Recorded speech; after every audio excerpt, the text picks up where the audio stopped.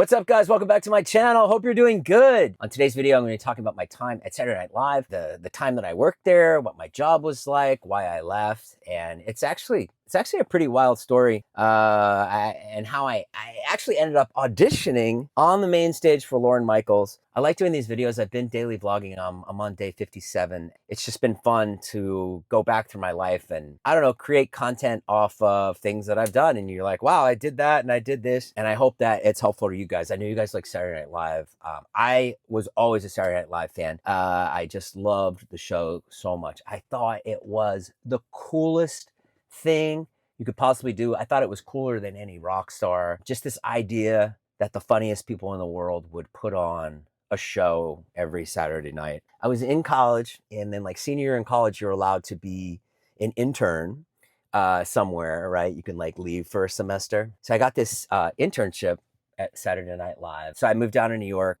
This is probably good for anybody out there that's in college that like has a dream. Cause I guess the main thing for me is like, I felt like I lived in Boston and the show was in New York, but to me it was like how? Like I couldn't do that. I was an intern in the research department, which is like before the internet, I would go to like Barnes and Nobles and like buy books. So the writers would say like, hey, we're going to do a sketch about, I don't know, like England in the 16th century or whatever. So you'd like go buy a ton of books, bring them back. And yeah. And so the year I was there, I was an intern. I lived with this dude who was a dancer in a railroad apartment. A railroad apartment is like, you have to walk through his bedroom to get to my bedroom. And I remember he had, his entire refrigerator was covered with magnets. Probably like, I would say 600 to 700 magnets on his refrigerator. And I remember I knocked one down once and then I like tried to find it. I couldn't. And I got home that night and he was waiting at the kitchen table and he was like, do you have something you want to tell me? And I was like, no, I don't think so. I'm good. And he's like, did you lose one of my magnets? Did you take one of my magnets? And I was like, yeah, it dropped, but I don't know where it is. He was a little persnickety. I remember seeing New York City and being like, what? And I didn't like, I didn't grow up in the sticks. I kind of grew up in the sticks. So not like I grew up in like Nebraska or anything, but I remember seeing New York City and just being like, what? Are you kidding? I was like, it just made no sense. It was funny, you know, unlike LA, there is like sort of this, I don't know, you feel special in New York just by being there. You feel like kind of a part of something, and you can like talk to somebody who's like not even in your business. Like you could talk to like somebody who works on Wall Street, or maybe somebody who works in fashion. And there's this like communal sense that like, oh wow, you're all doing this really cool thing, which is living in New York City. So I got to my apartment in New York City. It was like 4 blocks from SNL, which is in Rock Center. And I remember I used to run to work because I thought I would get mugged. So I would just sprint every day. So I was there for 1 year. I worked the year Adam Sandler, Farley were their last years. I did that in the fall. And I was so cool. And then when I went back to college, I was so cool. It was like, wow, he worked at SNL. Or maybe at least I thought I was. Maybe I wasn't that cool. So basically my job was this. I would get there on Monday, get all the writers, all the books, all the things that they needed, get them their lunch. Then like Tuesday, the host would come in. The writers would they sit around and they pitch, you know, what some ideas that they're working on. Then they write all Tuesday night. Then Tuesday night, I'm there all night. Then Wednesday morning, I would wake up, photocopy all the scripts, put them out around the table, and then just watch them read like 50 or 60 scripts. And like stuff would get laughed at the table. And like just seeing that process was so cool to me. So then after Wednesday, after the read through, they pick the sketches. Thursday, the sets are up. Like, so I would like come back to work on Thursday and I'd be like, oh my God, like what is this? And then Thursday and Friday, they rehearse, they put on the show, they do a dress rehearsal at like 9 o'clock, and then the show goes live at 11:30. So that's basically the schedule for the week. So like that was my internship, and I went back to school. I graduated college, and that summer SNL called and they were like, hey, do you want a job as a receptionist?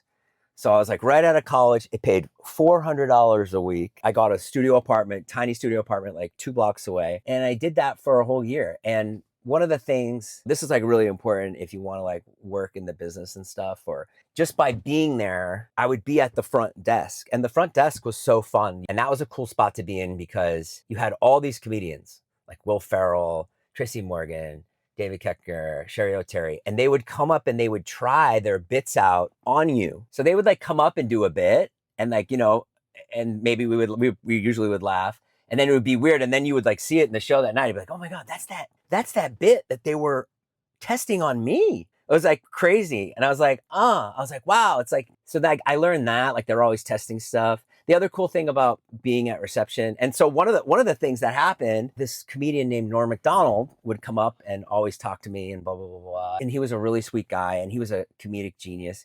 And so I would work in the day answering phones. And then as soon as I was done at 5 o'clock, 6 o'clock, I would go and work for Norm all night. So we were working like 18-hour days. And that was something that I really, really, really, really enjoyed.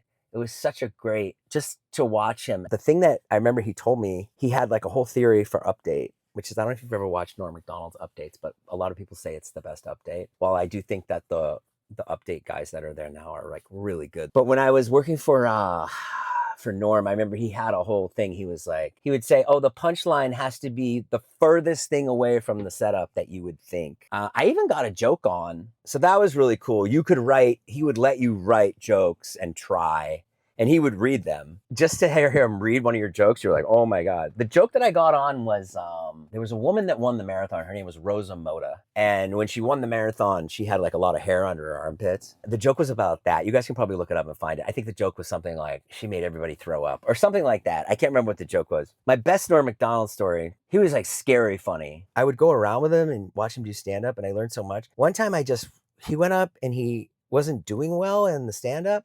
And he would just do bird calls. And I remember seeing it being like, oh my God. And half the audience is like really mad. And half the audience they think it's funny. And so I was like, just learning so much, like running around with him being like, okay, there's almost like a level of like not caring that goes a long way. And I think by not caring, you're sort of like protecting yourself a little bit. I'm not sure. My best Norm MacDonald story is this one. We all went out one night and we got drunk.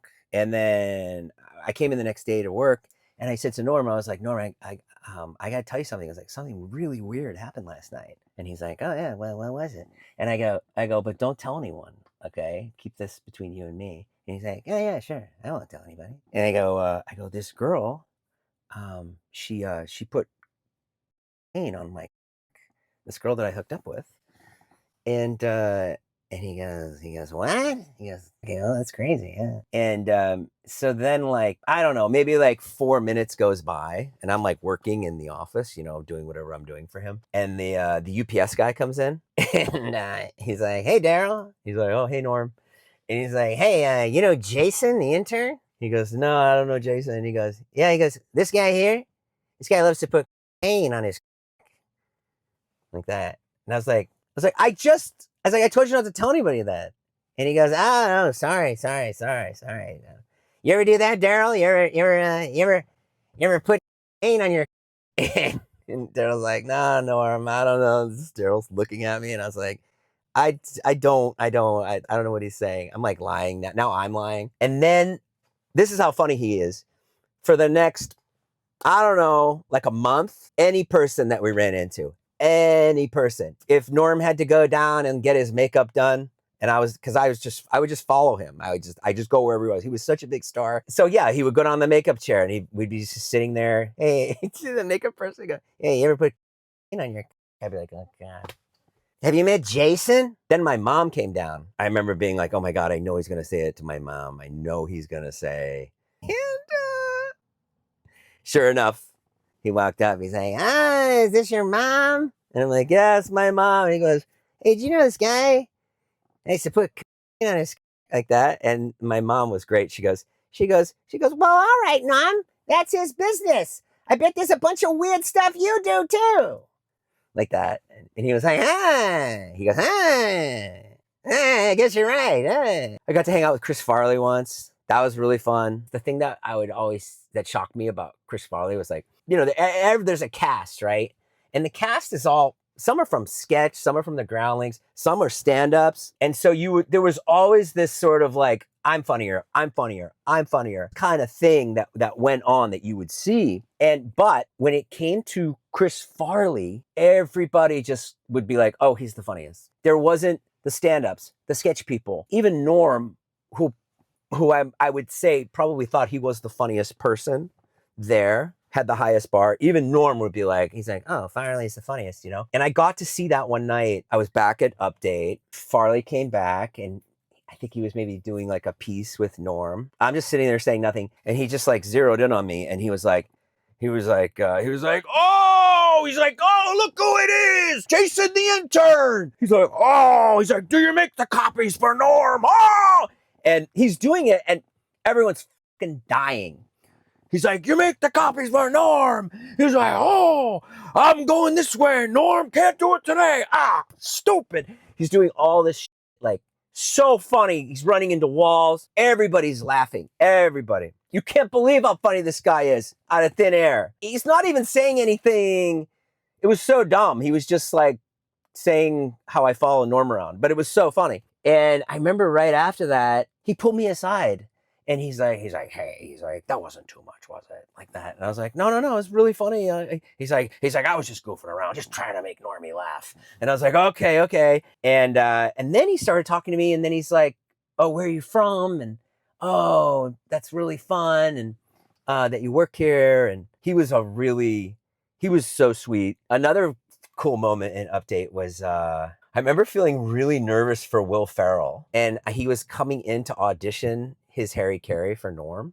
And I remember thinking like, oh no, Norm has like such a high bar for comedy. Like maybe he's going to think that this is like, I don't know, not good enough for Update or whatever. And I remember Will Ferrell walked in. He was so confident and so poised, and he just like did Harry Carey for us for like 3 minutes. Harry Carey was like a Chicago Cubs announcer, and Norm thought it was hilarious. And I remember feeling like, oh my God, like I was so stupid.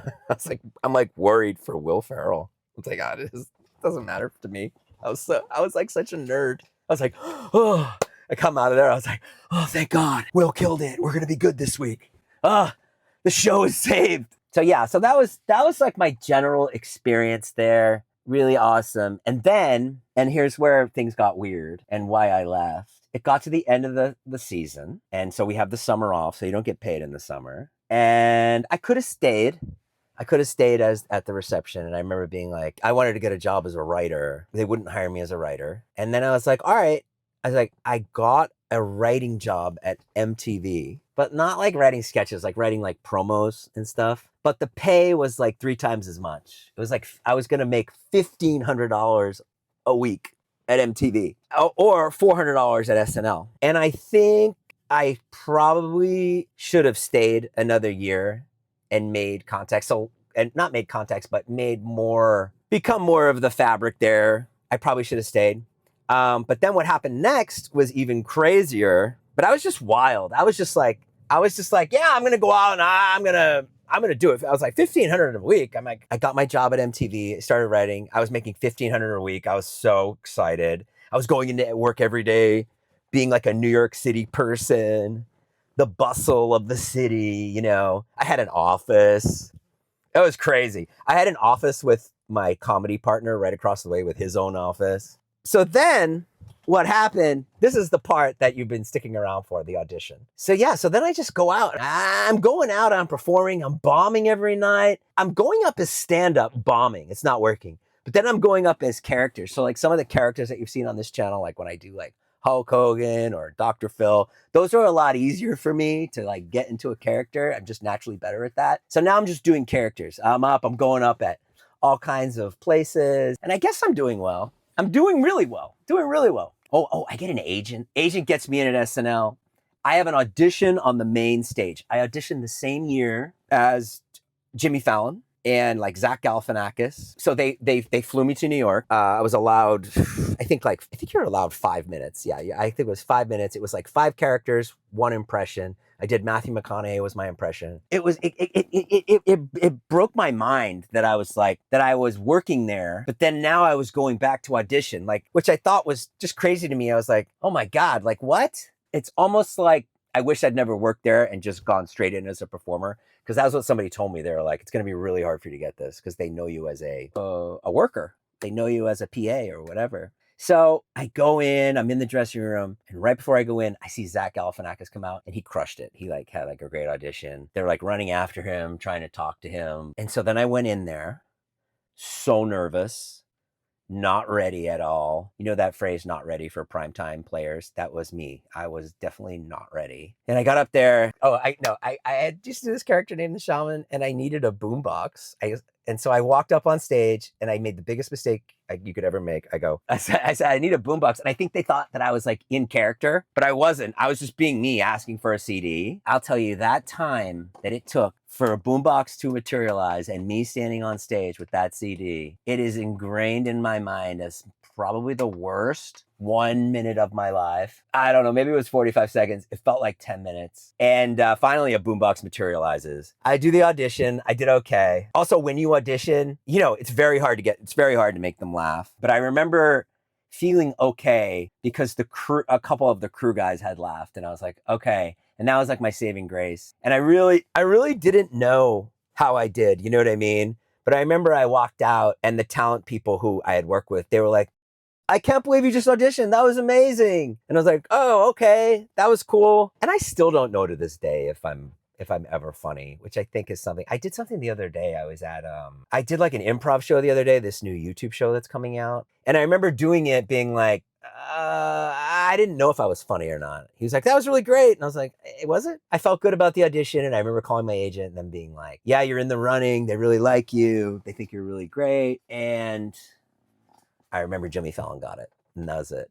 And I was like, and once I saw Jimmy Fallon's audition, I was like, yeah, he should get it. He's unbelievable. Jimmy Fallon did like really fast impressions. Like, I don't know if you've ever seen his audition tape for SNL, but it's really fun. But yeah, so that was my experience at SNL. I still love the show. I still love watching it. I think in recent years, I've watched it less because of like TikTok and stuff. We can talk about that another time. But that is today's video. I'm sorry it was so long. I love you guys. I could talk about this forever. If you have questions in the comments, if you have ideas for other videos off of this, I'd love to talk more about it. I hope it was interesting. I hope it was helpful. And I hope what you got from it was that if you're out there and you're 21, 22, and you have a dream, go for it. You might not get SNL, but you could end up in your car making YouTube videos like me, which isn't so bad. Okay, I love you guys. See you tomorrow. Yo, the winner of the in-kind cash is Adam Lambert. There you go, Adam. $100 to Adam. And look at this, guys. I have all these in-kind gift cards to give away to you. Let's do another one tomorrow. If you guys want $100 in in-kind cash, go download the app. It's linked below. And leave a comment and tell me your name. So if you have like a screen name that doesn't match your name, give me your first name in there and type, I downloaded the in-kind app. Love you guys. Thanks for watching.